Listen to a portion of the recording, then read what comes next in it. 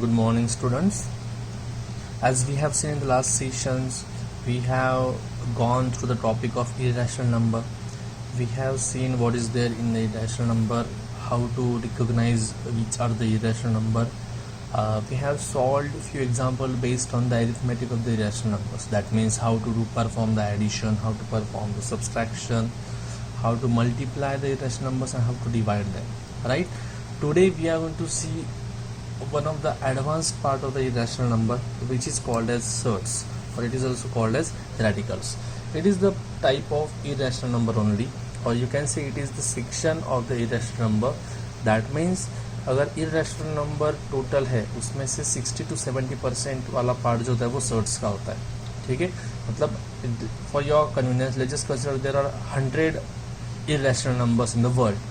तो उसमें से 60 to 70 जो नंबर्स होते हैं वो होते हैं surds, and 30 to 40 numbers are not surds but they are irrational numbers. ठीक है, तो सर्ड्स क्या होता है वो एक बार देख लेते हैं. Please pay attention now. As you can see here I have written something. यहाँ पे nth रूट ऑफ x है. अभी इसको पढ़ते कैसे याद रखो. यहाँ पे x अंदर है और ये n मल्टीप्लाई नहीं है, ये इस ब्रैकेट में है, बताएगा नहीं. It is in that particular basket, so it is read as nth root of x. कैसे पढ़ते हैं उसको? nth root of x. मैं यहाँ पे लिख के दे रहा हूँ, देखो. nth रूट ऑफ x ऐसे पढ़ा जाता है उसको. This is nth root of x. या फिर x रेज टू, हमने इसका मतलब देखा था. nth रूट मतलब क्या होता है? Power 1/n. इन दोनों में से कोई भी. अब जनरली हम ये देखने वाले, तो यही याद रखो. इसको पढ़ना कैसे वो भी याद रखो. nth root of x. ठीक है, it is called as surd. But उसके लिए कंडीशंस क्या है? I guess here also we are having 3 conditions. जैसे रैशनल नंबर के टाइम पे था, तो दिस 3 कंडीशन प्लीज एक बार ठीक से देख लो. ये 3 कंडीशंस कौन से? पहली कंडीशन, ये जो अंदर वाला नंबर है x, that should be the positive rational number. ठीक है, सबसे पहले क्या है? दिस x, ये जो x है उसको वो कौन सा नंबर होना चाहिए? Positive, plus it should be the rational number. Irrational number चलेगा नहीं, विच इज इन n. ये जो पावर होती है उसकी n, that n should be the positive integer. It should be positive integer. rational number नहीं है, positive integer है. मतलब 1 2 3 4 5 6 only these numbers. वो फ्रैक्शन में भी चलेगा नहीं. कंसेप्ट ठीक से समझ लो क्या क्या है. इसको सर्ड कब कहा जाता है? ये सर्ड है, राइट? नहीं, this is surd. But where it is called as surd? when this particular number x is a positive rational number, this power n is a positive integer, and this whole answer, मतलब ये पूरा का पूरा answer जब मैं find करने वाला हूँ, this whole answer should be irrational number. मैंने आपको पहले ही कहा था, surds is nothing but the part of the irrational number. बराबर नहीं? तो ये जो आंसर मिलने वाला है that should be irrational only. बराबर है? तो ये कंसेप्ट समझ में आ गया. फिर से ध्यान दो. इसको सर्ड कब कहने वाले हो? अब ये तो हमेशा पॉजिटिव इंटीजर अपने को दिया जाता है. Whenever the powers are taken ना, they are given in the positive terms only. तो ये कंडीशन अभी के लिए साइड में रख दो. The only 2 condition which you need to think about is first one and the third one. First one क्या है? ये अंदर वाला जो नंबर है x, that should be positive rational number. And second condition, what is second condition? That answer of this, इसका जो answer है वो क्या आना चाहिए?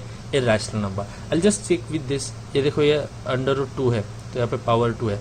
तो यहाँ पे अंदर का नंबर जो है this number is positive rational number. That means first condition is done, the condition of positive rational number. And this whole answer, √2 का आंसर निकलता है क्या? √2 का आंसर आता है यस डेसिमल्स में आता है, which is the irrational number. मतलब ये अंदर वाला नंबर रैशनल है और इसका आंसर इररेशनल है. बराबर है? यही कंडीशन हमें चाहिए, that x should be rational and the answer should be irrational. तो ये क्या हो जाएगा? सर्ड हो जाएगा. बराबर नहीं? अगेन क्यूब रूट ऑफ, अभी इसको कैसे कहते हो? इसको सेकंड रूट ऑफ 2 कहते हैं. इसको क्या? थर्ड रूट ऑफ 6 या फिर क्यूब रूट ऑफ 6. बराबर है?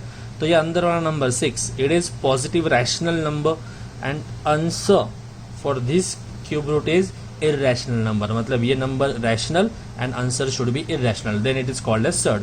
Same here, this number is positive rational number and the answer for this root is irrational number, so it is surd. Again, this is positive rational number and the answer for this particular number is irrational number, that's why it is surd. तो condition समझ में आ गई surds की. Surds क्या होते हैं? It is root के फॉर्म में, सेकंड रूट, थर्ड रूट, मतलब square root, cube root, fourth root, fifth root, ऐसे फॉर्म में नंबर्स होते हैं जिनमें रूट के अंदर जो नंबर होता है that should B strictly positive rational number, and जब रूट का हम आंसर निकालने की कोशिश करेंगे तो that should not be the rational, वो क्या होना चाहिए, इररेशनल। अगर मैंने आपको कहा, मैं क्या करता हूँ, इसी में आपको जो सर्ड नहीं होता है वो प्रूव करके दिखा दो। इफ आई टेक एग्जाम्पल, ये एग्जाम्पल ले लिया मैंने कि स्क्वायर रूट ऑफ 81, ठीक है। अब सर्ड है कि नहीं चेक करते। पहली कंडीशन क्या है, this should be positive rational, है पॉजिटिव रैशनल, पहली कंडीशन तो फॉलो हो गई। सेकंड कंडीशन क्या होती है, इसका आंसर इररेशनल होना चाहिए। अगर आप स्क्वायर रूट 81 देखोगे, स्क्वायर रूट 81 का बाहर अगर लेके आए, किसका स्क्वायर 81, 9 का, तो आंसर आ रहा है 9, मतलब इसका आंसर हमें क्या मिल रहा है 9, तो ये इररेशनल है क्या, नहीं, मतलब ये कंडीशन फॉलो कर रहा है क्या, वो नहीं कर रहा है, तो ये सर्ड नहीं है। तो सर्ड होने के लिए both the condition should be follow, and the conditions are, first, ये जो नंबर होता है अंदर का that should be positive rational number, and second, इसका जो आंसर आप फाइंड करोगे वो इररेशनल आना चाहिए। मतलब आपके भाषा में अगर देखा जाए तो इसका आंसर नहीं आना चाहिए। देखो अंडर रूट 81 का आंसर 9 आ गया, तो ये नहीं चलेगा। यहाँ पे अंडर रूट 2 का आंसर आ नहीं रहा, अंडर रूट 6 का नहीं आ रहा, अंडर रूट 7, अंडर रूट 5 का नहीं आ रहा, आंसर नहीं आ रहा था, मतलब मेरा क्या है कि डायरेक्ट आंसर नहीं मिल रहा है। यस ऑब्वियसली उनके आंसर्स भी हमारे पास है, बट डायरेक्ट आंसर भी नॉट करेंगे। जैसे यहाँ पे डायरेक्ट आंसर मिल गया था ना हमें, रूट 81 का 9 मिल रहा था, वैसे इनका आंसर हमें डायरेक्टली मिलता नहीं है। So these are called as surds, ठीक है। तो सर्ड्स के दोनों कंडीशन समझ में आ गए। अब पढ़ा कैसे जाता है या फिर ऑर्डर ऑफ सर्ड क्या होता है वो सब देख लो। ये देखो nth रूट ऑफ x है, इसको कैसे पढ़ते हैं, मैंने बोला था it is read as nth root of x। तो this is the surd of order n, उसकी ऑर्डर कितनी है, ये n, बराबर है। If I write this square root of 2, square root of 5, मतलब यहाँ पे क्या है 2, तो this surd is of order 2। यहाँ पे cube root of 3, so what would be the order of the surd of N order 3, ठीक है। This is a basic thing which we have seen. Now what I will do, ये जो surd की concept अभी अभी हमने देखी है ना, उसको बेस्ड जो एक्सरसाइज में प्रॉब्लम अभी के अभी सॉल्व कर देता हूँ। मतलब अभी ये कंसेप्ट आपको अभी अभी समझ में आई है, तो उसी टाइम पे if we try to solve it then it would be better to understand to you. तो will see the examples on the check whether the given numbers are surds or not in the exercise. तो 1C में जो इस topic पे ऊपर example है, तो check whether given number is surd और नॉट, वो क्वेश्चन हम सॉल्व करके लेते हैं। ओके ओके, एक्सरसाइज 1C में क्वेश्चन नंबर 1 आपको बोला गया है that with reasons you have to tell whether the given numbers are surds और नॉट, ठीक है।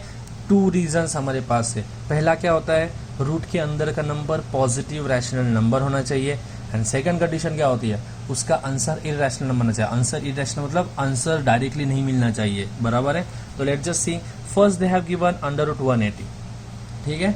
अब as you can see this 180 can be minimised, इसको और छोटा बना सकते हो आप लोग, ठीक है। तो सोचना कैसे है, ये स्क्वायर रूट में है, तो स्क्वायर रूट वाले नंबर कौन से हैं, 1 का स्क्वायर 1 है, 2 का स्क्वायर 4 है, जिनका इनका स्क्वायर रूट निकल सकता है। ये स्क्वायर रूट है ना, तो स्क्वायर रूट में से कौन कौन बाहर निकल सकता है, 1 निकल सकता है, 4 भी बाहर निकल सकता है। 4 का स्क्वायर रूट क्या होता है 2, then 9 can be taken out, then 16 perfect square number लिख रहा हूँ सारे, 25, 36, देन 36 के बाद कौन सा होता है 49, 64, 81, 100, 121।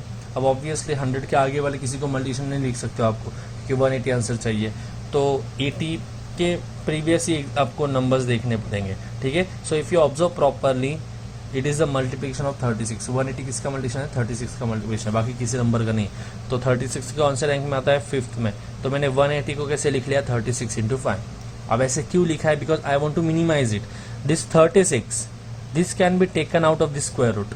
36 का स्क्वायर रूट अगर आप लोगे, what is the value of square root of 36, it is 6। तो ये 36 बाहर आने के टाइम पे क्या बन जाएगा, 6 बन जाएगा। So I have written 6 over here as you can see, and what is remaining in the root, under root of 5. Now when I want to check for the surd, I only need to think about this root 5. I don't need to think about the 6. I will think about this root 5 only, whether it is following the properties or the criteria of the surds. Only 2 criteria we are having. First criteria, जो root में number है वो positive rational है कि नहीं, 5 positive rational है, definitely it is a positive rational number. So I have written over here 5 is a positive rational number. That is the first condition. What is second condition? That the answer for this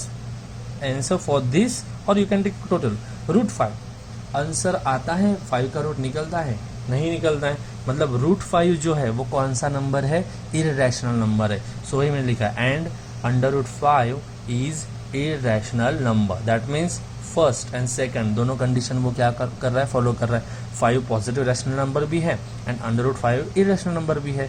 इसके लिए under root of 180 मतलब जो number हमें दिया गया था under root of 180 is a surd. Any problem?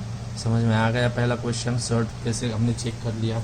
Similarly we are going to go for question number 1 का second. उसी में मतलब क्वेश्चन नंबर पूरा क्वेश्चन नंबर 1 में से हम first, second, fifth, 6th, 7th and 8th ये क्वेश्चन सॉल्व करने वाले to check whether it is surd और नॉट। फोर्थ रूट ऑफ 27, ठीक है। अब फोर्थ रूट ऑफ 27 मतलब क्या होता है, किसी की फोर्थ पावर 27 है कि नहीं। मतलब हमने ये चीज़ देखी है, मतलब आपको 27 को इधर 4 टाइम्स लिखने पॉसिबल हो रहा है कि नहीं।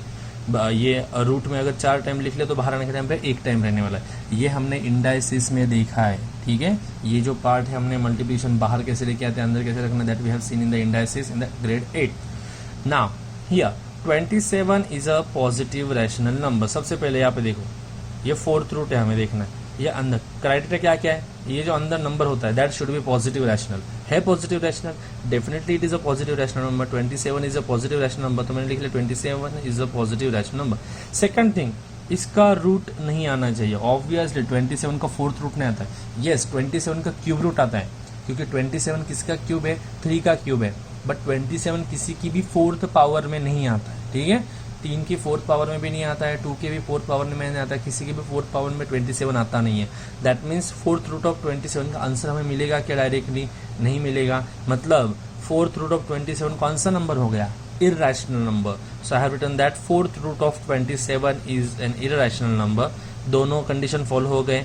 जो अंदर नंबर होता है that is positive rational number and जो आंसर होता है उसका that is irrational number. So इसके लिए fourth root of 27 is a surd. समझ में आ गया ये पार्ट। अब अगला क्वेश्चन नंबर 1 गया। सर्ड्स के क्वेश्चन देखने वाले हम अभी, ठीक है, क्योंकि सर्ड्स की कंसेप्ट हमने अभी देखी है, तो we will see the questions for surds only.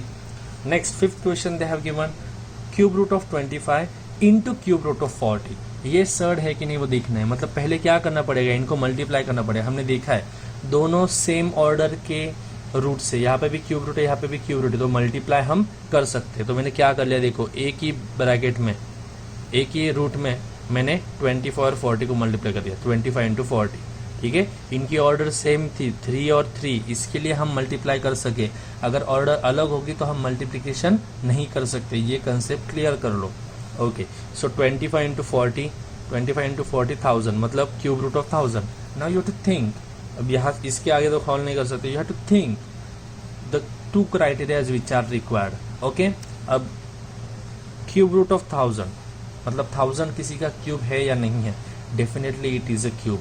मतलब वो क्यूब के टर्म्स में लिख सकते हैं 10 इंटू 10 इंटू 10 बराबर है कि नहीं। मतलब 10 का क्यूब है 1000, तो 1000 का क्यूब रूट क्या हो जाएगा 10। That means we are getting the answer for it. मतलब ये कौन सा नंबर बन गया, रैशनल नंबर बन गया। हमें तो इसका आंसर नहीं आना है, ऐसी कंडीशन दी गई है कि हमें कोई भी रूट दिया जाएगा उसका आंसर नहीं आना चाहिए, बट यहाँ पे तो आंसर मिल गया directly, right. So what are we writing, जो कंडीशंस फॉलो कर रहा है। सबसे पहले ये अंदर वाला नंबर है, बराबर है कि नहीं। Is it the positive rational number और not, yes it is positive rational number, तो मैंने लिख लिया यहाँ पे 1000 is a positive rational number. But वो सेकंड कंडीशन फॉलो नहीं कर रहा है। कौन सी सेकंड कंडीशन, इररेशनल वाली।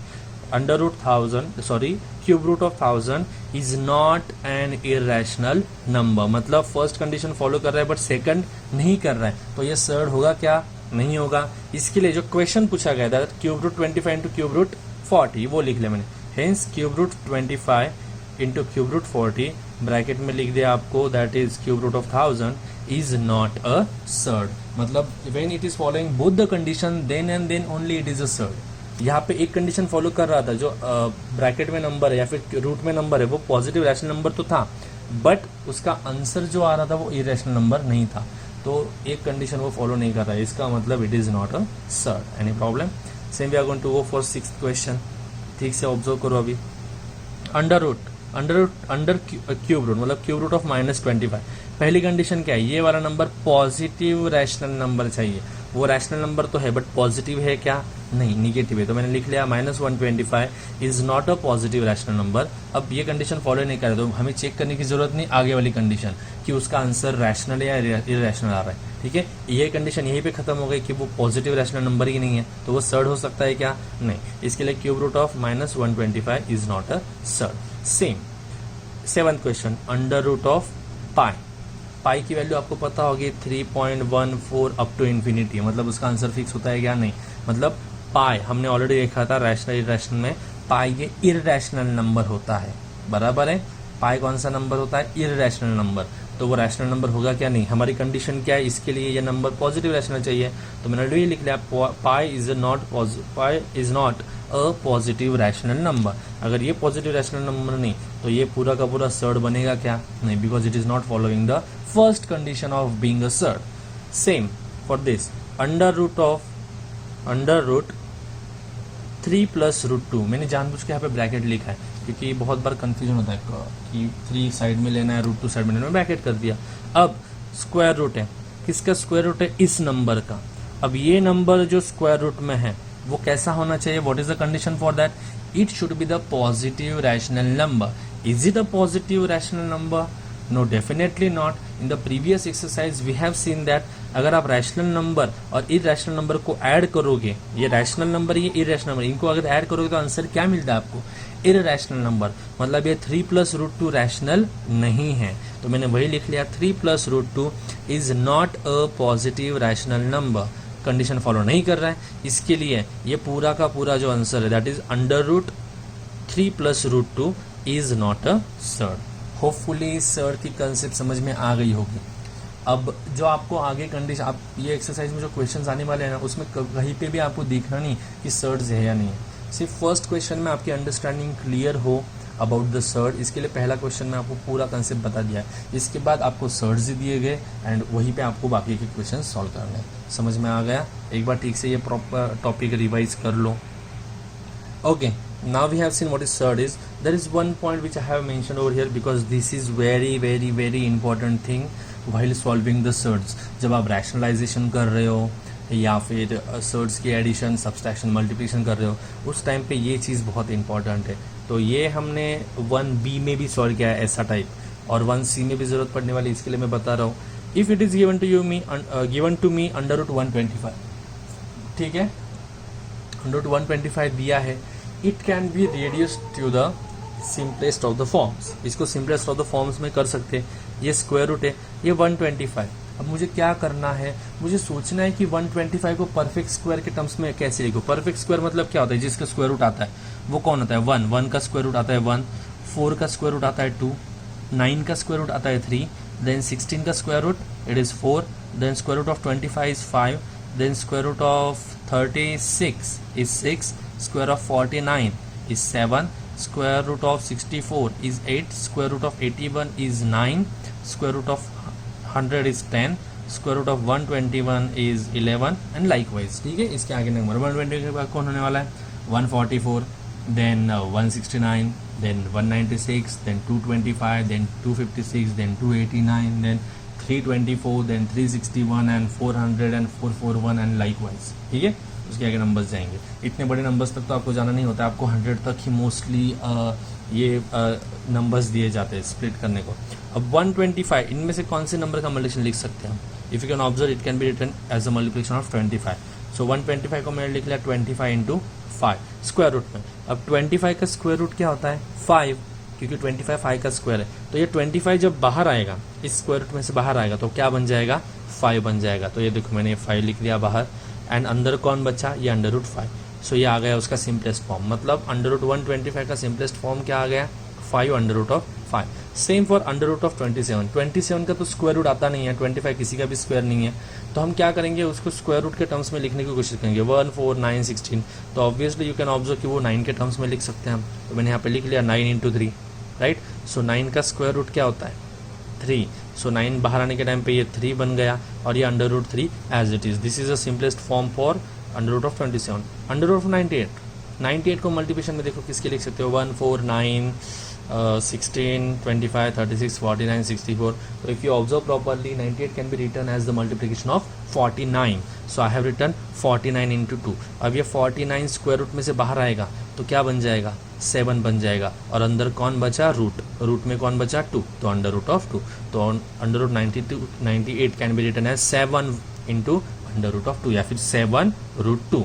इसको पहले पढ़ते हैं 3 रूट 2, 5 रूट 5 लाइकवाइज. ठीक है, समझ में आ गई ये कंसेप्ट. अब ये कंसेप्ट समझ में आने के बाद आगे आपको टॉपिक है रैशनलाइजेशन का. अब ये टॉपिक पे ही आपकी पूरी एक्सरसाइज अभी घूमने वाली है. सिर्फ पहला क्वेश्चन था जो था सर्च पे. सेकंड क्वेश्चन से आप लोग जब स्टार्ट करने वाले हो, everything in this particular exercise is on this particular topic which is rationalization. तो पहले उसका मतलब समझ लो. नाम में ही है रैशनलाइजेशन. आपने there is in chemistry there is one term called as neutralization. ठीक है, क्या होता है न्यूट्रलाइजेशन? हम एसिड या बेस को न्यूट्रल बनाते हैं, बराबर है कि नहीं, उनको न्यूट्रल बनाते हैं, इसके लिए न्यूट्रलाइजेशन कहते हैं, बराबर है कि नहीं. सेम हियर, रैशनलाइजेशन का मतलब क्या होता है, हमारे पास जो नंबर है उनको क्या बनाने वाले, हम रैशनल बनाने वाले हैं.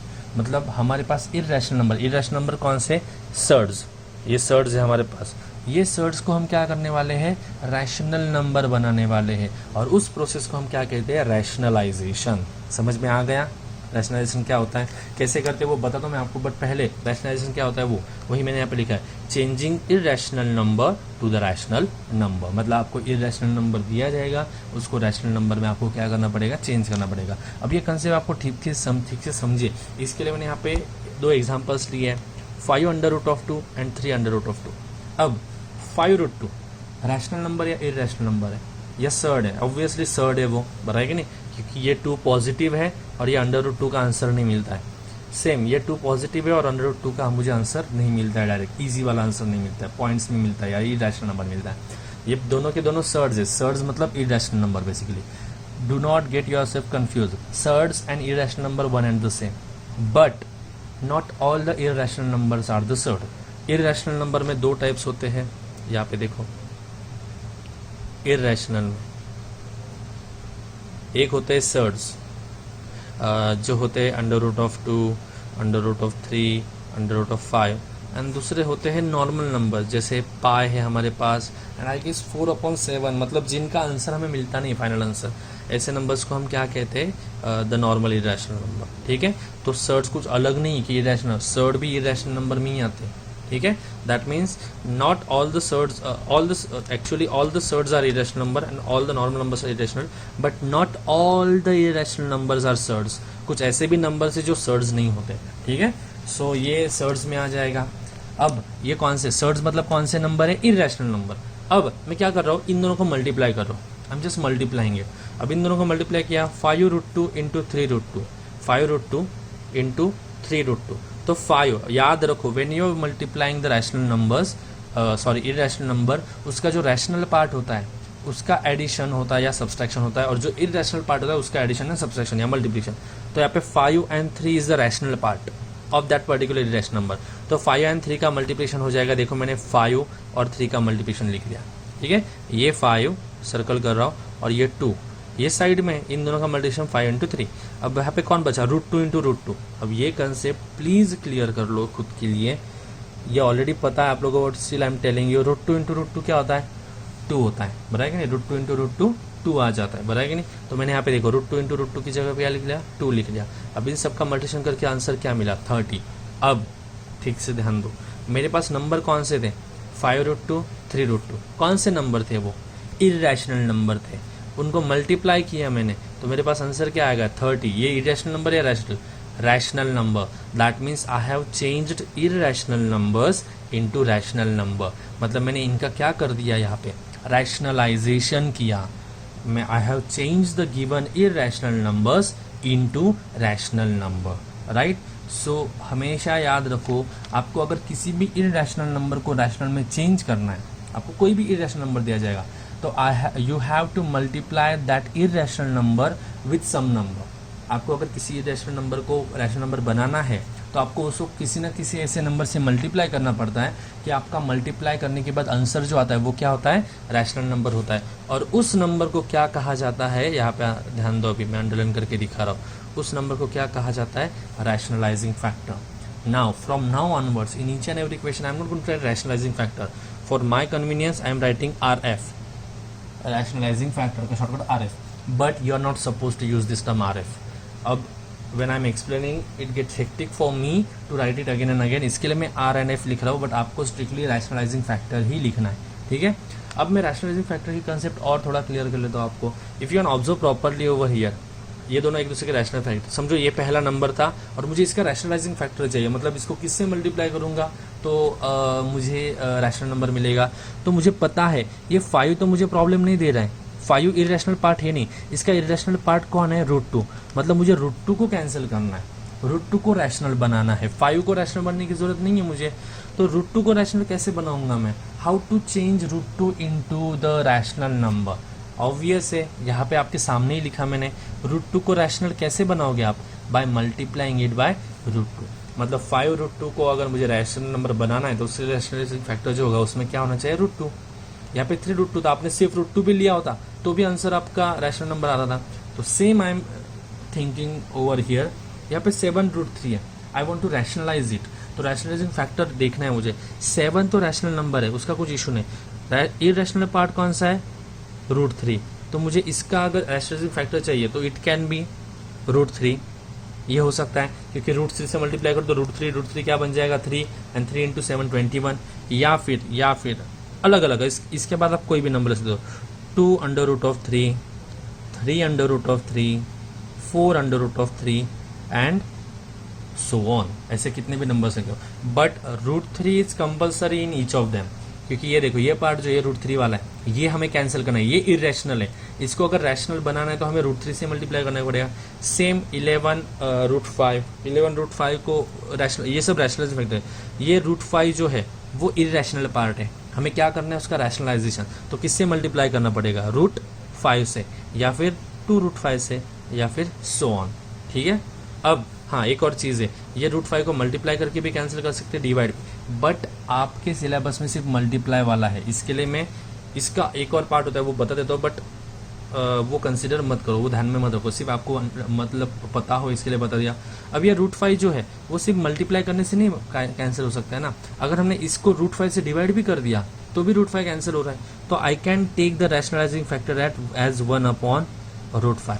क्यों, क्योंकि अगर इसको एंड इसको मल्टीप्लाई किया तो √5 कट हो जाएंगे, बचेगा सिर्फ 11 जो रैशनल नंबर है, ठीक है। तो हम डिवाइड करके भी रैशनलाइजेशन कर सकते हैं, बट आपको जो एग्जाम्पल्स है सिलेबस में उसमें डिवीजन से रैशनल नंबर लाना या फिर रैशनलाइजिंग फैक्टर लेना is not given, but it is there, that method is there only, ठीक है। ऐसा नहीं कि वो एग्जिस्ट ही नहीं करता है, सिर्फ आपको सिलेबस में नहीं है।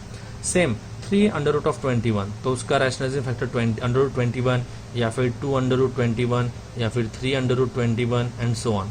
7 √2 का रैशनलाइजिंग फैक्टर में जिसके मैंने बोला था √2 इज द इरेशनल पार्ट, सो √2 या फिर 5 √2 या फिर 7 √2 इटसेल्फ या फिर -4 √2, हाँ ये भी हो सकता है, -4 √2 भी हो सकता है। आप बोलोगे सर नेगेटिव चलेगा डेफिनेटली चलेगा, -3 √2 -3 √3 ये भी रैशनलाइजिंग फैक्टर्स है।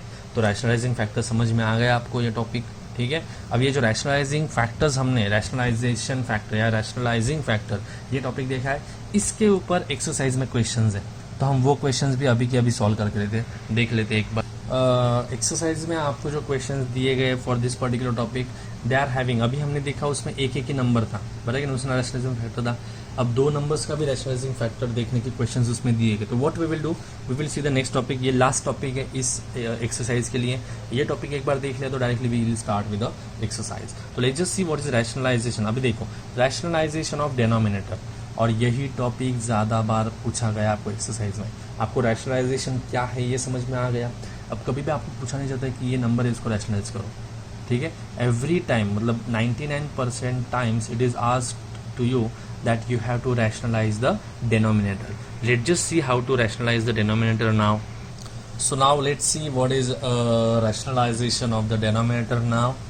तो rationalization of denominator क्या होता है वो एक बार ठीक से देख लेते हैं। अब there is nothing as such to think about it, ठीक है, ये वाला तो हमारा नॉर्मल बेसिक जो हमने अब तक देखा है वो 3/√7। अब डिनोमिनेटर को रैशनलाइज करना है। डिनोमिनेटर क्या है यहाँ पे √7, मतलब यहाँ पे ये इरेशनल नंबर है, तो मैं यहाँ पे लिख रहा हूँ क्यू बार। हमें पता है क्यू बार मतलब क्या होता है इरेशनल, और इसको क्या बनाना है क्यू बनाना है। क्यू मतलब क्या होता है rational number. Here the denominator is irrational और उसको हमें क्या बनाना है रैशनल। अब इसका रैशनलाइजिंग फैक्टर क्या होगा √7 का, मैंने देखा है द सेम नंबर मतलब √7 है, तो मैंने यहाँ पे वही लिख लिया the rationalizing factor of √7 is √7। ठीक है, अब हम क्या करते हैं रैशनलाइजिंग फैक्टर से मल्टीप्लाई करते हैं, बट हमें पता है ये न्यूमरेटर एंड डिनोमिनेटर है, सिर्फ √7 को मल्टीप्लाई करके होने वाला है क्या? No, we have to multiply both the numerator and denominator by this particular number, because √7 को तो मल्टीप्लाई करना ही है √7 से, बट ओनली डिनोमिनेटर को मल्टीप्लाई करके चलेगा नहीं। So we have to multiply 3 also by √7। सो मैंने यहाँ पे लिखा 3/√7 है, तो यहाँ पे भी √7 से मल्टीप्लाई, यहाँ पे भी मल्टीप्लाई, तो वही स्टेप में लिखा है 3 × √7/√7 × √7। Why we have done that? Because we want to rationalize the denominator. अब आप बोलोगे सर तो √7 से मल्टीप्लाई करो तो न्यूमरेटर तो रैशनल इरेशनल बन जाएगा। होने दो, क्वेश्चन में बोला है कि आपको न्यूमरेटर को आपको रैशनल रखना है, नहीं, क्वेश्चन या फिर टॉपिक में सिर्फ बोला गया है कि डिनोमिनेटर को रैशनलाइज करो, न्यूमरेटर कुछ भी हो दैट इज फाइन। सो 3 × √7 3√7 वो इरेशनल है, बट डिनोमिनेटर जो हमें रैशनलाइज करना था √7 × √7 क्या होता है मैंने आपको बताया, √7 × √7 इज 7, बराबर है कि नहीं? तो अब देखो आपका डिनोमिनेटर क्या हो गया, क्यू हो गया। क्यू मतलब कौन सा? Rational number. Previously it was √7 irrational number, now it is 7 which is rational number. मतलब ये वाले इजी एग्जांपल्स है, ठीक है, जिसमें एक ही नंबर होता है डिनोमिनेटर में इरेशनल, तो उसको रैशनल बनाना काफ़ी बेसिक है। ठीक है, भले ही न्यूमरेटर इरेशनल नंबर बन जाए डजंट मैटर, आपको डिनोमिनेटर का जो नंबर है वो इरेशनल नहीं चाहिए, वो रैशनल चाहिए, तो हमने उसको रैशनल बना दिया। Now there is one more example, 1/3 - √7। वो ऑब्वियस चीज़ है, इसका भी डिनोमिनेटर कौन सा है 3 - √7, वो कौन सा है इरेशनल, बड़ा है नहीं, क्यू बार है, बड़ा है कि नहीं? और उसको कैसे सॉल्व करना है या फिर उसको रैशनल कैसे बनाया जाए, अब ये कंसेप्ट समझ लो, कंसेप्ट क्लियर कर लो। वॉट एवर दिस इज 7 है, थोड़ा 3 लग रहा था, वो 3 - √7 है। ठीक है, अब ये नंबर्स के टाइम पे आप क्या करते हो, इसका रैशनलाइजिंग फैक्टर एक या दो टर्म्स में नहीं होता है, इसके रैशनलाइजिंग फैक्टर का यहाँ पे आपको ये और ये दोनों कंसिडर करने पड़ते हैं। Now I am have written something over here, please pay attention. Rationalizing factor of 3 - √7, क्या ये 3 - √7, इसका रैशनलाइजिंग फैक्टर चाहिए ना, इज 3 + √7। मतलब जहाँ पे माइनस साइन था वहाँ पे मैंने कौन सा साइन पुट कर दिया, प्लस, और वो उसका क्या हो गया रैशनलाइजिंग फैक्टर। ठीक है, अगर मैंने आपको बोला, अभी ये समझ में आ गया, इसके लिए अभी क्या भी करता हूँ यहाँ पे, इफ आई से √5 - √7, इसका मुझे रैशनलाइजिंग फैक्टर चाहिए, तो क्या होगा, यहाँ पे माइनस है ना, तो वो हो जाएगा √5 + √7। इफ आई से 2√2 + 3, ये मेरे पास है, इसका रैशनलाइजिंग फैक्टर चाहिए, तो जहाँ पे प्लस है वहाँ पे माइनस करना है, तो 2√2 - 3, this is your rationalising factor. मतलब जहाँ पे प्लस है वहाँ पे माइनस करो, जहाँ पे माइनस है वहाँ पे प्लस करो। हियर इट वाज माइनस, तो उसका रैशनलाइजिंग फैक्टर में क्या आ गया था, प्लस आ गया था। हियर इट वाज प्लस, तो उसके रैशनलाइजिंग फैक्टर में क्या आ गया, माइनस आ गया। ठीक है, it is that simple, it is very simple to understand, so there is nothing to think about it. So rationalizing factor of 3 - √7, -√7 का क्या आएगा, +√7, 3 + √7। तो रैशनलाइजिंग फैक्टर कौन सा है हमारा, ये वाला। क्या करते हैं हम रैशनलाइजिंग फैक्टर से, न्यूमरेटर एंड डिनोमिनेटर दोनों को मल्टीप्लाई करते हैं, जैसे यहाँ पे किया था। सो यहाँ पे 1 था और अपॉन 3 - √7 था, दिया हुआ फ्रैक्शन, तो उसमें क्या करोगे, न्यूमरेटर को भी 3 + √7 से मल्टीप्लाई करोगे because it is rationalising factor, and denominator को भी 3 + √7 से मल्टीप्लाई करोगे। अब 1 × ये तो एज इट इज, न्यूमरेटर कुछ भी हो जाए, we doesn't really think about it, what we are concern about here is the denominator. Please pay attention because this is the very vital step, and this step is in almost every question. Rationalization के हर question में ये step आने वाली है। ठीक है, अब यहाँ पे ध्यान दो, 3 - √7, 3 + √7, एक ब्रैकेट में 3 और √7 का सब्सट्रैक्शन है, एक ब्रैकेट में 3 और √7 का एडिशन है।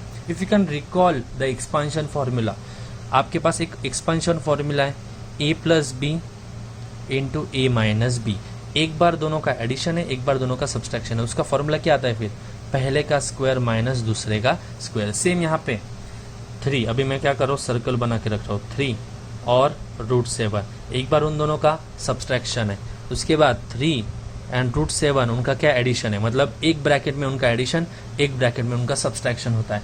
तो इस टाइम पे क्या करते हैं हम लोग, एक बार एडिशन एक बार सब्सट्रैक्शन होता तो क्या करते हो, पहले नंबर का स्क्वायर माइनस दूसरे नंबर का स्क्वायर। तो ये ऊपर वाला 3 + √7 यहाँ पे मल्टीप्लाई तो एज इट इज हो गया। अब इन दोनों के बारे में सोचो, ये 3 + √7 मैंने ऐसे कैसे लिख लिया, यहाँ पे क्या करना है, पहले का स्क्वायर माइनस दूसरे का स्क्वायर। पहला नंबर कौन है 3, तो मैंने लिख लिया 3 का स्क्वायर, माइनस दूसरा नंबर कौन है √7 का square.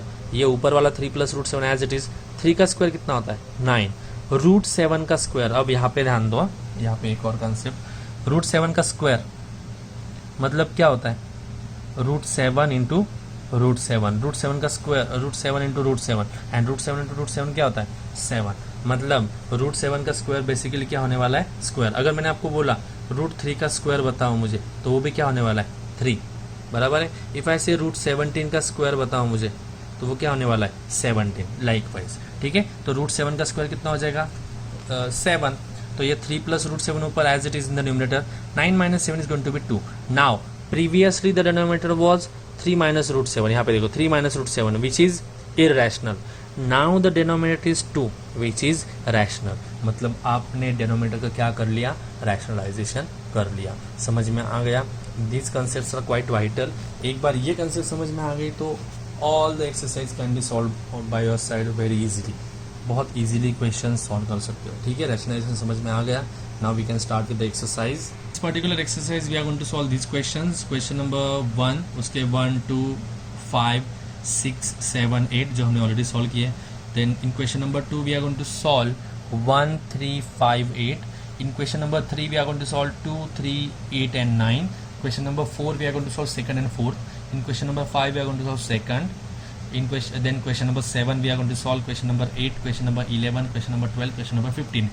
I have chosen the questions like that each and every type of question should be getting covered so that you won't be facing any problem in solving the questions. Her type का questions हम cover कर सके, इस हिसाब से मैंने questions यहाँ पे चूज करे हैं, ठीक है। तो क्वेश्चन नंबर 1 तो हमने ऑलरेडी सॉल्व कर दिया है, सर्ज है कि नहीं वाला। अब क्वेश्चन नंबर 2 से स्टार्ट करते हैं हम ना। Question number 2 is quite basic. In question number 2 they have said right the rationalising factors of the given numbers. जो आपको नंबर्स दिए गए उसका रैशनलाइजिंग फैक्टर लिखना है। तो फर्स्ट क्वेश्चन इज 5√2। इसमें इररेशनल पार्ट कौन सा है √2, तो मुझे सिर्फ √2 के बारे में सोचना है। √2 का रैशनलाइजिंग फैक्टर क्या होता है √2, तो वही लिख लिया। Rationalizing factor of 5√2 is √2। I don't need to think about this 5 because 5 is rational already. तो रैशनलाइजेशन करने के लिए 5 को देखना नहीं पड़ेगा क्योंकि ऑलरेडी रैशनल है।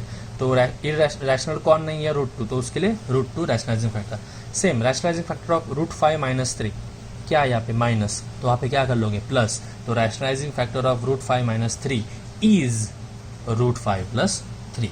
सेम √18 - √50 माइनस साइन है, तो रैशनलाइजिंग फैक्टर क्या हो जाएगा √18 + √50, वही लिखे देखो। Rationalizing factor of √18 - √50 is √18 + √50। Same 15 - 3 √2 minus sign है यहाँ पे कौन सी साइन आ जाएगी प्लस, वो हो जाएगा उसका रैशनलाइजिंग फैक्टर। समझ में आ गया, it was that basic rationalising factor find करना। आपको ऑलरेडी मैंने एक्सप्लेन कर दिया रैशनलाइजिंग फैक्टर क्या होते हैं, इसके लिए ये पार्ट ज़्यादा डिफिकल्ट रहेगा नहीं। Got it. Now we will go for question number 3। In question number 3 what have they said? In question number 3 they have said rationalize the denominator. यहाँ पे denominator को क्या करना है, आपको rationalize करना है, मतलब आपको rationalizing factor find करना है and then multiply करके भी आपको दिखाना है कि उसका आपने rational कर दिया, ठीक है। Now the first question which is given to you is 2√3 upon √5, ठीक है। अब आप अगर ठीक से देखोगे ना तो यहाँ पे √3 भी दिख रहा है, यहाँ पे √5 भी दिख रहा है। और जैसे कि क्वेश्चन में ही बोला है एंड मैंने ऑलरेडी आपको बता दिया कि हम डिनोमिनेटर के लिए ज़्यादा कंसर्न है, हमें न्यूमरेटर में रैशनल हो इररेशनल हो, we are not going to check that और we are not going to solve that, we are going to go for the denominator. So let's just observe the denominator over here, this √5 which is Q bar मतलब क्या होता है irrational number. अब √5 को मुझे change करना है rational number में, तो मुझे √5 का ही क्या लेना पड़ेगा रैशनलाइजिंग फैक्टर। बहुत लोग √3 का भी रैशनलाइजिंग फैक्टर लेते हो, नहीं, हमें न्यूमरेटर को रैशनलाइज करने नहीं बोला है। So we not going to go and change √3, we only need to change this √5 because we want to rationalize the denominator. So what is the rationalizing factor for √5? Definitely is √5, तो rationalizing factor of √5 is √5। तो इस √5 से क्या करना है, numerator and denominator दोनों को multiply, तो मैंने 2/√3 न्यूमरेटर लिख लिया, उसको √5 से मल्टीप्लाई किया एंड √5 को भी √5 से मल्टीप्लाई किया। अब ये इनका एडिशन मल्टीप्लिकेशन जो होगा वो देखते हैं। 2 × √3 × √5, तो यहाँ पे लिख लिया 2 × √3 × √5 एंड दिस √5 × √5 इज √5 का स्क्वायर। अब मुझे बताओ √5 का स्क्वायर क्या आ जाता है, 5 आ जाता है, तो मैंने पे 5 लिख लिया। अब जो न्यूमरेटर में उसको सॉल्व कर लेते हैं, √3 × √5, इसका भी स्क्वायर रूट है, इसका भी स्क्वायर रूट, तो इनका मल्टीप्लिकेशन हो सकता है 3 × 5 बराबर है, तो मैंने वही लिख लिया। ये 2 बाहर एज इट इज, दिस √3 × √5, √3 × √5 मतलब 3 × 5 एंड 3 × 5 इज √15, मतलब √3 × √5 क्या बन जाएगा, √15, दैट मीन्स 2 × √15 एंड डिनोमिनेटर में कौन है, 5। पहले था √5, now it is 5 which is the rational number, मतलब हमने डिनोमिनेटर को क्या कर दिया, रैशनलाइजेशन कर दिया, रैशनलाइज कर दिया, we have rationalize the denominator. Got it, समझ में आ गया। Will go with the next example now the third question of question number 3, I guess, to rationalize the denominator. We will see what is the question. They have said they want us to rationalize the denominator, ठीक है। So what is there, 1/√3 minus √2। अब ये वाले questions कौन से pair वाले आ गए, तो √3 minus √2, ये जो डिनोमिनेटर है वो कौन सा है आपका, इररेशनल है, तो √3 minus √2 को आपको क्या करना है, रैशनलाइज करना है, तो उसका रैशनलाइजेशन फैक्टर चाहिए आपको। द रैशनलाइजिंग फैक्टर या rationalization factor of √3 minus √2 minus है, तो उसका रैशनलाइजेशन फैक्टर क्या आ गया, प्लस। मैं जानबूझकर बॉक्स कर रहा हूँ बिकॉज मोस्ट ऑफ द में क्या करता आप यही नंबर यहाँ पे मल्टीप्लाई कर देते हो जल्दी में, not intentionally but by mistake. So I am highlighting the rationalizing factor, this is the rationalizing factor by which you are suppose to multiply both the numerator and denominator. तो वही मैं कर रहा हूँ, 1 को मल्टीप्लाई कर दिया यहाँ पे √3 प्लस √2 से, एंड डिनोमिनेटर को √3 minus √2 था, उसको भी मल्टीप्लाई कर दिया √3 प्लस √2 से। Now I have already explain you this step, मैंने बोला था हर क्वेश्चन में ये स्टेप आने वाली, बहुत क्रूशियल है, तो इसके लिए अभी फिर से ध्यान दो, ठीक है। अब ऊपर तो √3 प्लस √2 रहने वाला है लास्ट तक, वो तो कुछ चेंज नहीं होगा। In denominator it is √3 minus √2 and √3 plus √2, मतलब √3 √2 का एक बार सब्सट्रैक्शन है और एक बार एडिशन है। जब एक बार सब्सट्रैक्शन और एडिशन होता है उसके लिए कौन सा एक्सपेंशन है हमारे लिए, a plus B into a minus b which is equal to a² minus b²। ये एक्सपेंशन है, उसमें क्या करते हैं हम, दो नंबर का एक बार एडिशन है और एक बार सब्सट्रैक्शन है, तो पहले नंबर का स्क्वायर माइनस दूसरे नंबर का स्क्वायर। सेम यहाँ पे पहला नंबर और दूसरा नंबर एक बार एडिशन, सब्सट्रैक्शन उनका एक बार एडिशन है, तो पहले नंबर का स्क्वायर माइनस दूसरे नंबर का स्क्वायर। पहला नंबर क्या है हमारे पास, √3, तो √3 square minus what is the second number, √2 का square, √3 square minus √2 square. This numerator would be as it is because 1 into this bracket is as it is √3 plus √2, यहाँ पे भी √3 प्लस √2, यहाँ पे √3 प्लस √2 है, तो वो मैं एज इट इज लास्ट तक सॉल्व कर रहा हूँ। अब ये √3 का स्क्वायर क्या होता है, इट इज 3, √2 का स्क्वायर क्या होता है 2, तो 3 minus 2 क्या बन जाएगा 1। अब यहाँ पे डिनोमिनेटर क्या है हमारा 1, प्रीवियसली √3 minus √2 था, जो इरेशनल था अभी 1 हो गया, विच इज रैशनल, मतलब क्यू हो गया rationalization. It is that simple, ठीक है।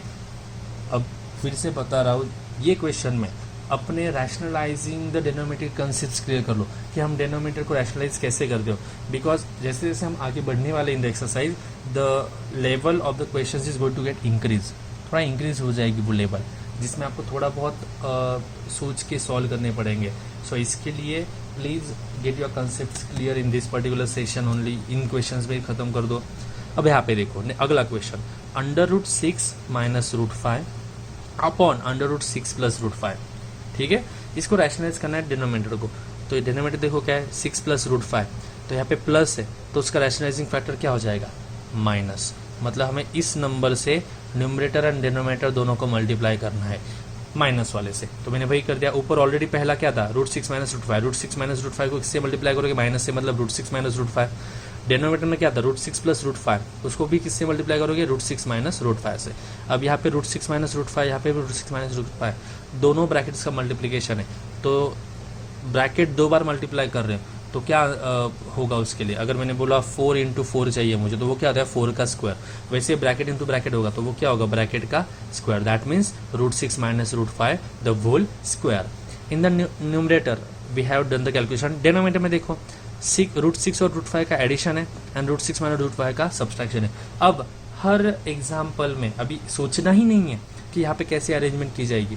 हमने नंबर्स ही ऐसे लिए कि आपके पास अगर प्लस होगा तो माइनस लोगे, मतलब प्लस होगा तो माइनस लोगे, या फिर अगर माइनस होगा तो प्लस लोगे। इसके लिए यहाँ पे ऐसे ही ब्रैकेट्स आने वाले कि एक बार एडिशन होगी, एक बार सब्ट्रैक्शन होगी, तो आपको सेम फॉर्मूला बार बार यूज़ करना है, ठीक है। तो यहाँ पे √6 एंड √5 का एडिशन एंड सब्ट्रैक्शन है, तो क्या करोगे, √6 का स्क्वायर माइनस √5 का स्क्वायर, √6 स्क्वायर माइनस √5 स्क्वायर। अब यहाँ पे एक्सपेंशन का फॉर्मूला ऊपर यूज करना है। अब मैं क्या कर रहा हूँ, लास्ट तक डिनोमिनेटर सॉल्व करके बता रहा हूँ। √6 का स्क्वायर कितना होता है 6, √5 का स्क्वायर 5, 6 माइनस 5 कितना हो जाता है 1, मतलब आपका डिनोमिनेटर 1 बन गया जो रैशनलाइज होगा। अब जो न्यूमरेटर सॉल्व किया है वो ठीक से समझ लो। न्यूमरेटर आप मैं अलग से सॉल्व करके बता रहा हूँ, √6 माइनस √5 द होल स्क्वायर, मतलब माइनस है, पहली टर्म माइनस दूसरी टर्म होल स्क्वायर। कौन सी आइडेंटिटी यूज हो सकती है यहाँ पे, a minus B the whole square. क्या फॉर्मूला है उसका, a square minus 2 into A into b, यहाँ पे चाहिए तो मल्टीप्लिकेशन लिख रहा हूँ, प्लस बी स्क्वायर, मतलब पहले टर्म का square minus 2 into first term into second term plus second term का स्क्वायर, ठीक है। अब यहाँ पे फर्स्ट टर्म 6 है, a है, और सेकेंड टर्म 5 है, तो इसका एक्सपेंशन करेगा फर्स्ट टर्म का स्क्वायर, मतलब √6 का square minus 2 into first term into second term, मतलब √6 इंटू √5। आगे कौन है, आगे क्या टर्म होती, सेकंड टर्म का स्क्वायर, सेकंड टर्म कौन है √5, तो √5 का स्क्वायर। समझ में आ गया ये expansion. This is already covered, this expansion using this particular expansion is already explained in the previous grades. तो हमने a minus b whole square का फॉर्मूला यूज किया, उसका फॉर्मूला क्या होता है, a स्क्वायर मतलब पहले टर्म का स्क्वायर माइनस 2 इंटू ए इंटू बी, मतलब 2 into first term into second term plus second term का स्क्वायर। वही मैंने यहाँ पे लिखा, देखो √6 का square then minus 2 into √6 into √5 plus √5 का square. Now we will see how to solve this. √6 का स्क्वायर कितना आता है 6, तो मैंने यहाँ पे 6 लिख दिया। 2 इंटू √6 इंटू √5, √6 इंटू √5 दोनों की पावर सेम है तो मल्टीप्लिकेशन होगा, 6 इंटू 5 कितना होगा 30, तो मैंने फिर √6 इंटू 5 लिख दिया, और ये 2 बाहर एज इट इज लिख दिया, ठीक है। 2 बाहर है तो वो कुछ मल्टीप्लिकेशन वगैरह नहीं होगा। एंड आगे कौन है, √5 का स्क्वायर विच इज़ 5, मतलब √6 का स्क्वायर 6, इसका calculation 2 into √6 into 5 and √5 is written as √5 square is written as 5। तो अब इसमें क्या करोगे, ये 6 और ये 5 नॉर्मल नंबर्स है जिसमें रूट्स वगैरह नहीं, तो इन दोनों के एडिशन कर लो, 6 + 5 11 माइनस 2 इंटू 6 इंटू 5 30 √30, 2 इंटू √13, मतलब 11 माइनस 2 √30 अपॉन 1। अब यहाँ पे 1 क्या बन गया हमारा, रैशनलाइज, बराबर। पहले इरेशनल नंबर था, अभी रैशनलाइज नंबर हो गया, रैशनल नंबर हो गया, तो हमने क्या कर दिया, उसको रैशनलाइज्ड कर दिया। समझ में आ गया। Same we are going to see the last question of this question in which we are supposed to rationalize the denominator। अब मैंने पहले ही बोला था there is nothing new, कुछ भी अलग नहीं करना है आपको, सिर्फ ज़्यादा थोड़ा कॉम्प्लिकेटेड वे में करना पड़ेगा, थोड़ा डिफिकल्टी लेवल बढ़ जाएगी, बट मेथड वही है कि पहले रैशनलाइजिंग फैक्टर फाइंड करो एंड देन उस रैशनलाइजेशन फैक्टर से मल्टीप्लाई करो एंड देन सॉल्व करो, that is the only thing. तो let's just see what is given here, 2√5 + 3√2 divided by 2√5 - 3√2। Denominator irrational है, यहाँ पे माइनस है, तो रैशनलाइजिंग फैक्टर क्या हो जाएगा, प्लस, तो वही लिखा है पे, रैशनलाइजिंग फैक्टर ऑफ 2√5 - 3√2 इज 2√5 + 3√2, ठीक है। ये रैशनलाइजिंग फैक्टर हो गया उसके लिए, ठीक है। तो ये रैशनलाइजिंग फैक्टर से आप क्या करोगे, मल्टीप्लाई करोगे, बराबर। You are going to multiply it by this particular number.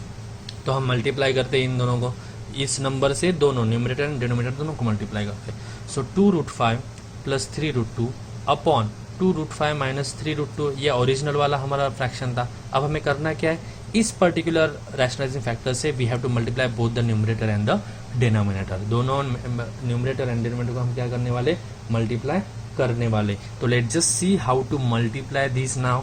अब 2√5 + 3√2 न्यूमरेटर था, उसको भी इससे मल्टीप्लाई करना है, क्या है वो, 2√5 + 3√2, 2√5 + 3√2, ठीक है। डिनोमिनेटर में क्या था, 2√5 - 3√2, उसको भी किससे मल्टीप्लाई करोगे, रैशनलाइजिंग फैक्टर से। अब यहाँ पे देख सकते हो दोनों ब्रैकेट सेम है, दोनों ब्रैकेट सेम है, तो क्या करना पड़ेगा, ब्रैकेट का स्क्वायर, तो मैंने वही लिख लिया, 2√5 + 3√2 ब्रैकेट का स्क्वायर लिख लिया। न्यूमरेटर में तो हमने सॉल्व कर लिया। अभी डिनोमिनेटर में देखो, एक बार इन दोनों का सब्सट्रैक्शन है और एक बार इन दोनों का एडिशन है। एडिशन एंड सब्सट्रैक्शन होगी तो हम क्या करते हैं, ए plus B into A minus B, उसका फॉर्मूला यूज करते हैं, क्या फॉर्मूला उसका, ए स्क्वायर माइनस बी स्क्वायर। ए स्क्वायर मतलब पहले टर्म, क्या है पहले टर्म 2√5, 2√5 का स्क्वायर, माइनस दूसरी टर्म क्या है 3√2, 3√2 का स्क्वायर। अब ये कैलकुलेशन पार्ट भी मैं साइड में सॉल्व करके दे रहा हूँ for your understanding.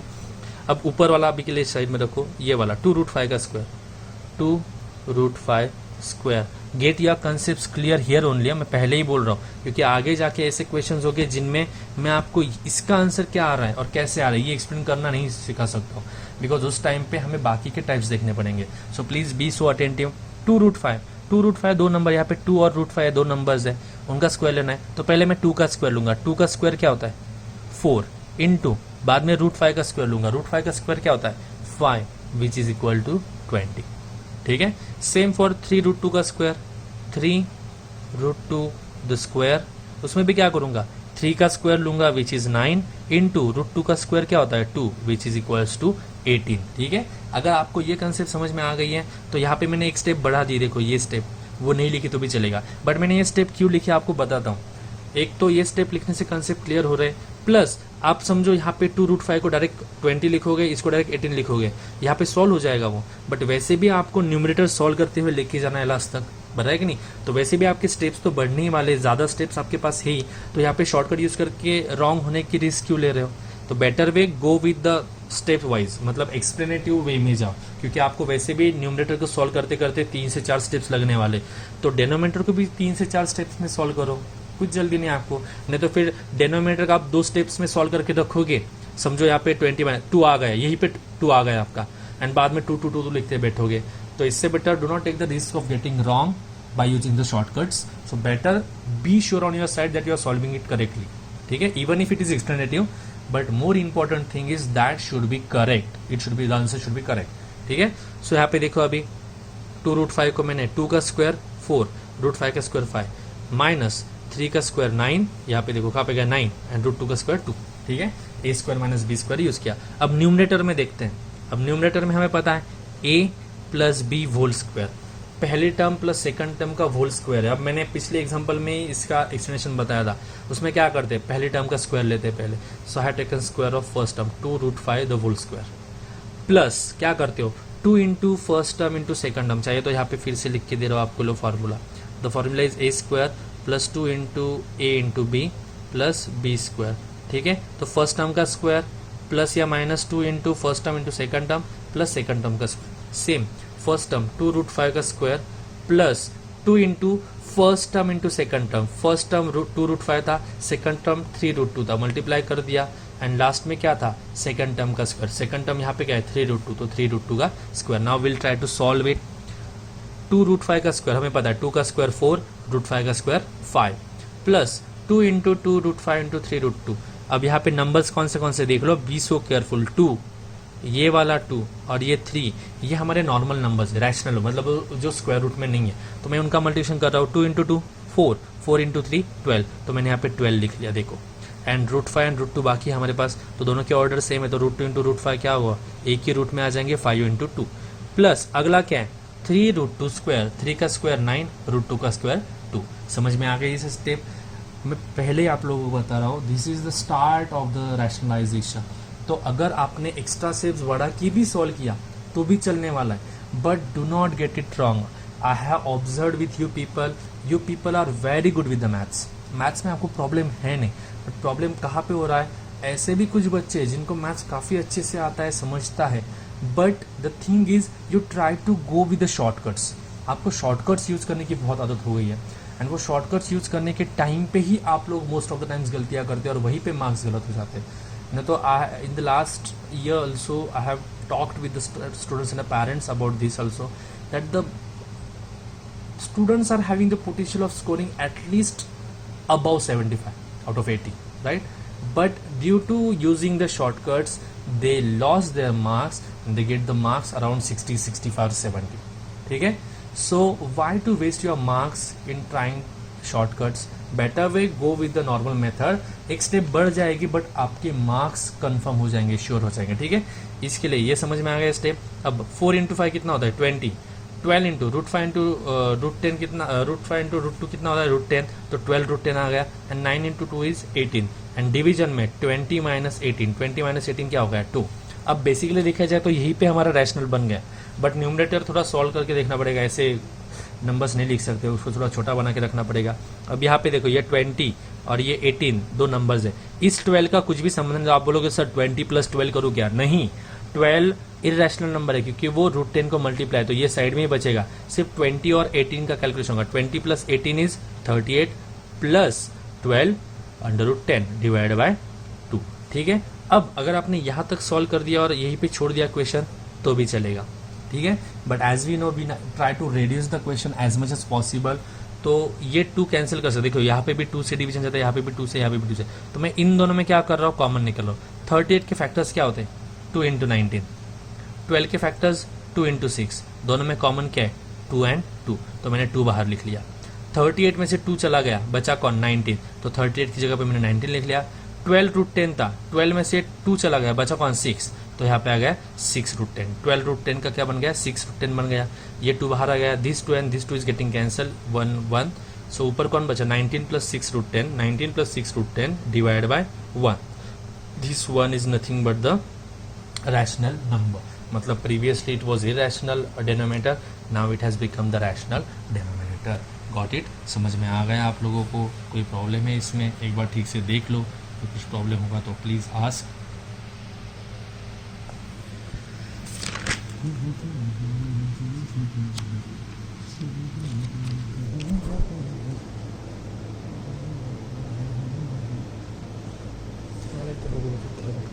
Question explain करके 10 minute, question 5 minute, question 5 minute,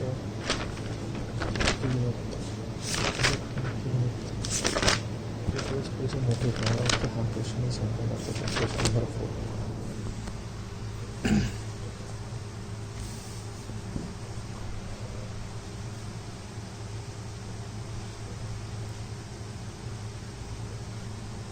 Okay, now we will see question number 4. In question number 4 they have said you have to find the values of a and b, ठीक है, ज़्यादा कुछ अलग नहीं है, rationalisation ही है, but सिर्फ अलग तरीके से रैशनलाइजेशन यूज करना है, रैशनलाइजेशन ही हमें करना है, बट रैशनलाइजेशन करने के बाद आपको थोड़ा अलग दिमाग लगा के उसको सॉल्व करना है। In the question they have given √7 minus √2 is divided by √7 plus √2 is equals to a under √7 plus b, ठीक है। अब हमें करना क्या है, ऐसे क्वेश्चन जो ए और बी के आएंगे तो हम क्या करेंगे, जो हमारे पास ऑलरेडी नोन वैल्यूज है उसको सॉल्व कर लेंगे, उसका एक आंसर लाएंगे, हमें पता है इसको सॉल्व करके जो आंसर मिलेगा वो किसको इक्वल रहने वाला है, a√7 प्लस बी को, तो इसको सॉल्व करके जो आंसर आएगा तो इसके साथ कंपेयर करेंगे, अपने आप हमें ए और बी के आंसर्स मिलेंगे, there nothing to think about. तो मैंने क्या किया, √7 माइनस √2 अपॉन √7 प्लस √2 लिख लिया। अब ये क्वेश्चन एडवांस है तो इसमें आपको अलग से रैशनलाइजिंग फैक्टर वगैरह लिखने की जरूरत नहीं, सोचना ही यहाँ पे डिनोमिनेटर क्या है +2, √7 प्लस 2, इसका रैशनलाइजिंग फैक्टर क्या होगा √7 माइनस 2, तो √7 माइनस 2 से क्या करोगे, ऊपर और नीचे दोनों जगह मल्टीप्लाई करोगे, देखो वही किया है, √7 minus 2, √7 minus 2, I have multiply both the numerator and denominator by the same number, तो √7 माइनस 2 से मल्टीप्लाई किया √7 माइनस 2 से, एंड √7 प्लस 2 को भी मल्टीप्लाई किया √7 माइनस 2 से, दोनों सेम ब्रैकेट से, वही मेथड, दोनों सेम ब्रैकेट है, तो क्या हो जाएगा √7 माइनस 2 का स्क्वायर इन द डिनोमिनेटर, एक बार एडिशन है एक बार सब्सट्रैक्शन है, तो फर्स्ट टर्म का स्क्वायर माइनस सेकंड टर्म का स्क्वायर, फर्स्ट टर्म क्या है हमारी √7 उसका स्क्वायर, सेकंड टर्म क्या है 2, तो 2 का स्क्वायर, √7 स्क्वायर माइनस 2 स्क्वायर। अब √7 माइनस 2 द होल स्क्वायर क्या करते हैं उसमें, अब ये देखो a minus B the whole square, तो फर्स्ट टर्म का स्क्वायर मतलब √7 का स्क्वायर लिख लिया, minus 2 into first term into second term, first term √7 है सेकंड टर्म 2 है, तो 2 into √7 into 2 plus second term का स्क्वायर, सेकंड टर्म क्या दिख रहा है यहाँ पे 2, तो 2 का स्क्वायर डिवाइडेड बाय √7 का स्क्वायर क्या होता है 7, 2 का स्क्वायर क्या होता है 4, यहाँ पे √2 नहीं है, बहुत लोग यहाँ पे 2 लिख देते हो, this is not √2 this is 2, तो 2 का स्क्वायर क्या होता है 4, तो 7 माइनस 4, 7 माइनस 4 3 आ गया, रैशनलाइज बन गया। अब न्यूमरेटर देख रहे हैं √7 का स्क्वायर क्या होता है 7 माइनस 2 इंटू रूट, अभी देखो ये 2 है, ये √7 है और ये 2 है, सादे नंबर कौन से जिनका मल्टीप्लिकेशन करते हो 2 और 2 का, तो 2 into 2 4 and √7 would be written as it is, plus this 2 square is 4। अब देखो मैंने पहले ही बोला इसका एडिशन के साथ कुछ भी संबंध नहीं, बिकॉज ये इरेशनल है, सिर्फ इन दोनों का एडिशन होगा, 7 प्लस 4 क्या होगा 11, आगे क्या होगा, -4√7, 11 -4√7/3, this is your answer. But ये अगर आपको बोला जाता था रैशनलाइज करो तो this is the step where you would have stopped, यहाँ पे फाइनल आंसर आ गया। बट मैंने पहले ही बोला था जैसे जैसे क्वेश्चंस बढ़ेंगे थोड़ा अरेंजमेंट आपको एक्स्ट्रा करनी पड़ेगी। तो यहाँ पे आप देख सकते हो एक टर्म है √7 की और एक पूरा का पूरा नॉर्मल नंबर है, रैशनल नंबर। अगर ये क्वेश्चन देखोगे ना, ये पूरा का पूरा ऊपर इरैशनल होने की वजह से इरैशनल, तो हम क्या करेंगे, ये जो 3 है डिनोमिनेटर है दोनों को सेपरेट, मतलब 11 को 3 सेपरेट डिवाइड करोगे और 4√7 को 3 सेपरेट लिखोगे, तो 11 को सेपरेट लिख लिया तो क्या बन जाएगा 11/3। देखो यहाँ पे 11/3 बन गया। बीच में साइन कौन सा है, माइनस, तो मैंने यहाँ पे लिख लिया माइनस। आगे कौन है 4√7, तो मैंने 4√7/3, इसी का मतलब क्या 4/3√7 बराबर है। 4√7/3 को कैसे लिख सकते हो, 4/3 इंटू √7 बराबर है। अब ये आ गए हमारे पास दो अलग फॉर्म में, ये नॉर्मल नंबर है, ये √7 वाला नंबर है, क्योंकि यहाँ पे भी √7 वाला नंबर था और नॉर्मल नंबर था, इसके लिए हमने इस वे में लिख दिया। बट हमें पता है ये जो आंसर हमने मिलाया है ये किसका आंसर है, √7 - 2/√7 + 2, और √7 - 2/√7 + 2 का आंसर हमें a + √7 + b दिया। तो ये आंसर हम किसके साथ इक्वेट करने वाले, इसके साथ, मतलब this part and this particular part is going to get equated. तो ये पार्ट क्या है, a + √7 + b, तो मैंने यहाँ पे लिख लिया a + √7 + b। अब पहले कौन सी टर्म है √7 की, तो मैं इसका भी √7 का टर्म पहले लिख रहा हूँ, क्या है वो, माइनस के साथ -4/3√7 -4/3√7, बचा कौन +11/3। सो √7 तो √a कौन किसके साथ है, √7 के साथ, यहाँ पे √7 के साथ कौन है -4/3, तो a की वैल्यू क्या हो जाएगी -4/3। अब बचे हुआ सेपरेट नंबर कौन है b, यहाँ पे बचा हुआ सेपरेट नंबर कौन है 11/3, तो ये दोनों एक दूसरे को इक्वेट हो जाएंगे। तो a की वैल्यू क्या आ जाएगी -4/3, लिख लिया यहाँ पे a = -4/3। b की वैल्यू क्या आ जाएगी 11/3, सेपरेटली यहाँ पे लिख लिया a = b/3। समझ में आ गया ये पार्ट। हाँ, तो इसी का फोर्थ क्वेश्चन सॉल्व करते, सेम है, a और b की वैल्यूज ही फाइंड करने बोले हैं। क्वेश्चन नंबर 4 का फोर्थ क्वेश्चन है विच इज 5 + 3√2/5 - 3√2 = a + b√2। वही कंसेप्ट, पहले LHS लोगे, उसको रैशनलाइज करके आंसर मिलाओगे, वो आंसर को इसके साथ कंपेयर करना है। सो यहाँ पे डिवीजन में क्या है देखो तो -5 - 3√2, तो इसको किससे मल्टीप्लाई करोगे 5 + 3√2। देखो यहाँ पे 5 + 3√2 5 + 3√2 से मल्टीप्लाई किया है न्यूमरेटर एंड डिनोमिनेटर दोनों को।